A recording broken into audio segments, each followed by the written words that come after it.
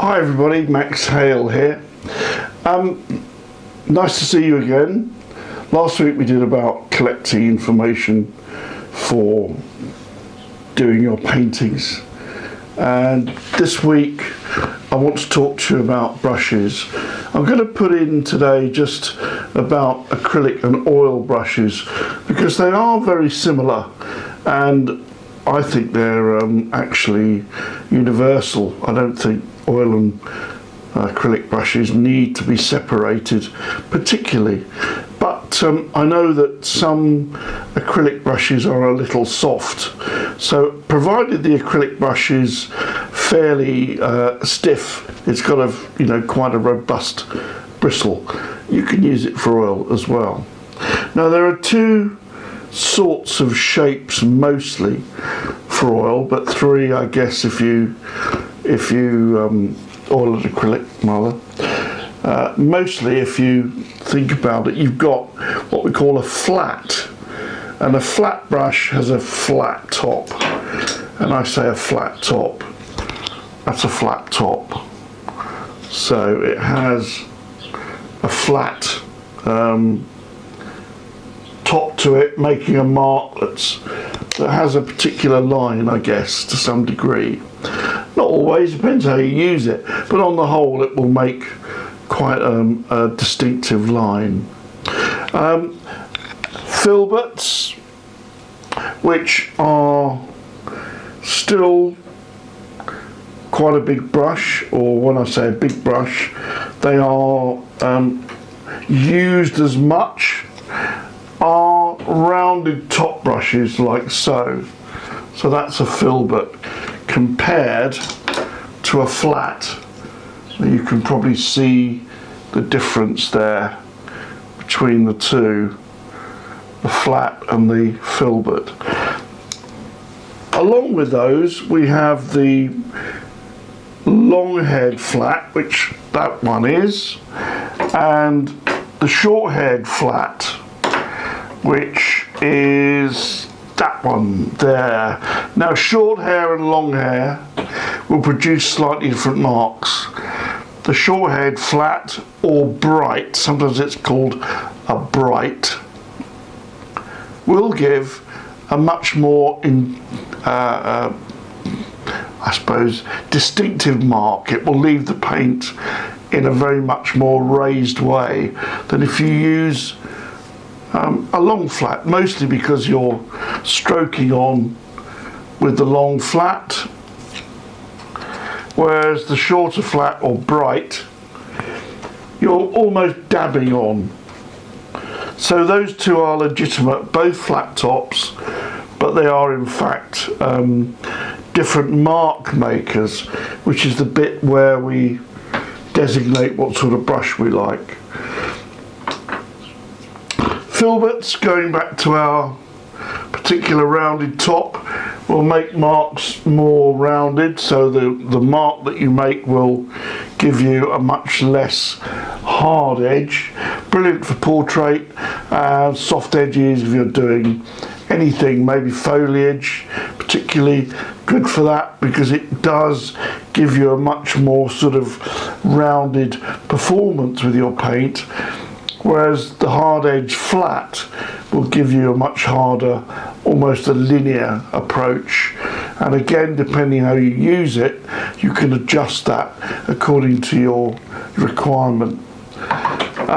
So they're the three main types, in as much that they are a front face which is wide from there to there, but they are narrow, quite narrow brushes. They have a profile which is quite narrow. If you see it at the front, turn it sideways, both the filbert and the long flat are narrow on one side, which means of course you can make slightly narrower lines, or you can use them that way. So that's two particular elements.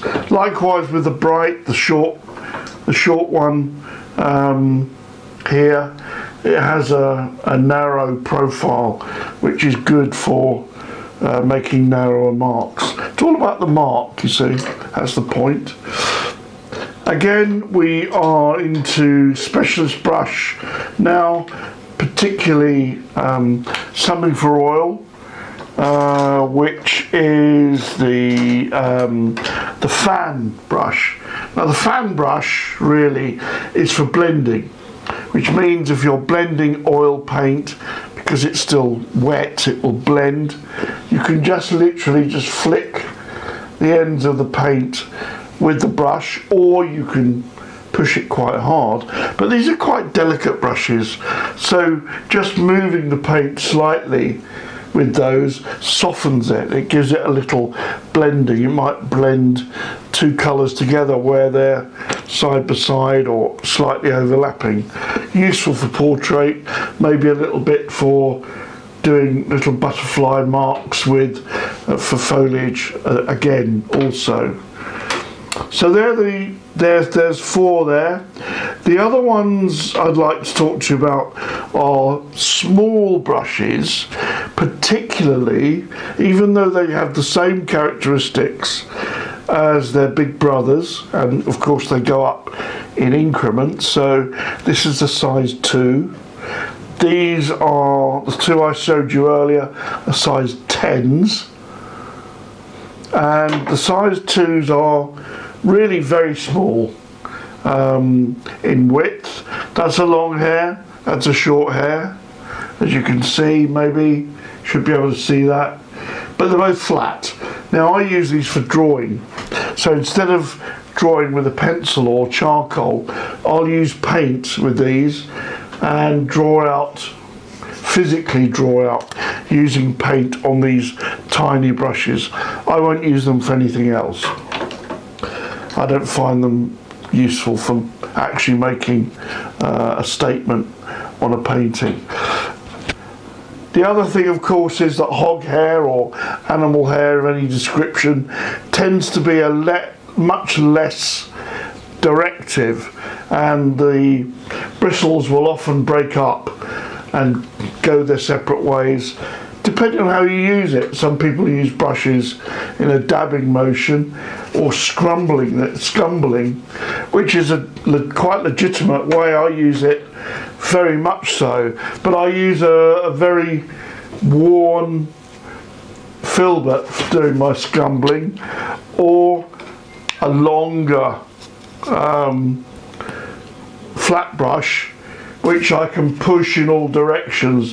You can see that actually pushes down, and you can physically give it quite a lot of treatment. So quite tough oil and acrylic brushes, unlike watercolour, which are much less so in the fact that they are meant for moving water as opposed to moving quite thick paint. So there are the 3 or 4 different types. So shape, flat, broken sort of after quite a lot of heavy use with hog hair.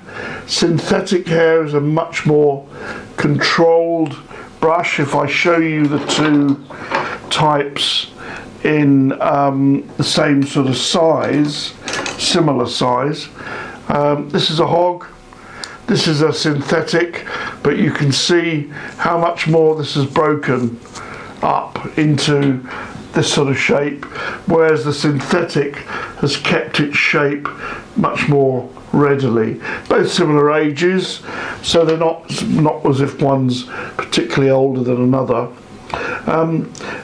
The other thing, of course, is that you've got to buy the brushes that you like. I use a lot of Jackson's own brand, which I reviewed a few years ago, and I find them excellent. And Rosemary and Co.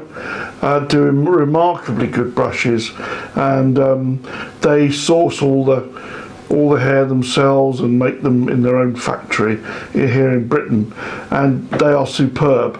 And Jackson's likewise make specialist brushes with their own materials that they source from around the world. So it's a very specialized business. Lastly, and just briefly, I don't want to go on too much about this, remember when you're buying brushes, to go for long handle. If you're painting watercolour, shorter handle, but on acrylic and oil, you'll be painting with your arm just bent, and you'll need to have a bit more room to move because you'll be back from your painting. Long handled are almost, you know, these are the standard, because you can hold it anywhere along the handle, avoiding the ferrule. It's probably easier not to hold it down there, but right the way back, and however you like to hold it. If you're scumbling, then it's quite useful. We'll do a bit about what marks brushes make a little bit later, but just for today I wanted to introduce you to them. If you're buying brushes, I would buy, to start with in your career, or you've got brushes that you're going to get rid of, I would buy 10, a size 10, and you might like to get an acrylic version. When I say acrylic, a synthetic version I should say, and a hog, because they do slightly different soft directive marks. I would get an 8, either a synthetic or hog. Probably synthetic's best for that, and maybe something like a 4, because 4s are good for doing a little bit of detail, and make that one a synthetic. Then build on those. That's all you need to get started. You'll find that most of those will do the job for you. But don't forget also that manufacturers do vary a lot in the sizes that they might instigate. So for instance, a number 12 in one, or 10 in one manufacturer might not be the same in another manufacturer's stable. So do be careful. Get yourself a printed brochure with them in full size. Now most brush manufacturers will let you have a brochure with the full size, like same size as the real thing, and then you can see what you're buying. So that's the brief introduction to oil and acrylic brushes. I'm sure that we will cover this over in a bit more detail another time. If you're interested and you'd like something more tangible to read, I have an article that I wrote in this wonderful journal, The Artist magazine, 5 years ago. Can't believe it's 5 years, but there you go. And it's something that I did exactly what we're talking about. Brushes for Artists, it's called, which is quite an incredible title. But it covers oil and acrylic and watercolour brushes, but it's actually a full article. So if you'd like to read this and you're interested, please email me and I'll send you a PDF of it, including all the photos, etc. So if you email me at studio@Max Hale Art, all one word, Max Hale Art, MAXHALEART.UK. So that's studio@maxhaleart.uk.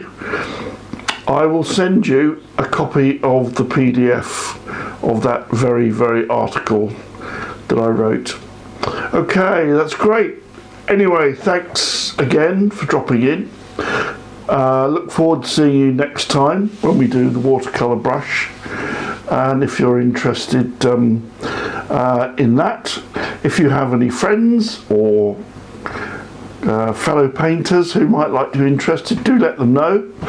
And if you want to make any comments on what I've said, please put them in the comments box. I'd be really good to hear from you. And subscribe to the channel as well, which means you'll get updates as and when they happen. So it's great to see you. Look forward to seeing you again soon. Keep safe, look after yourself, and take care. Thanks very much. Bye bye.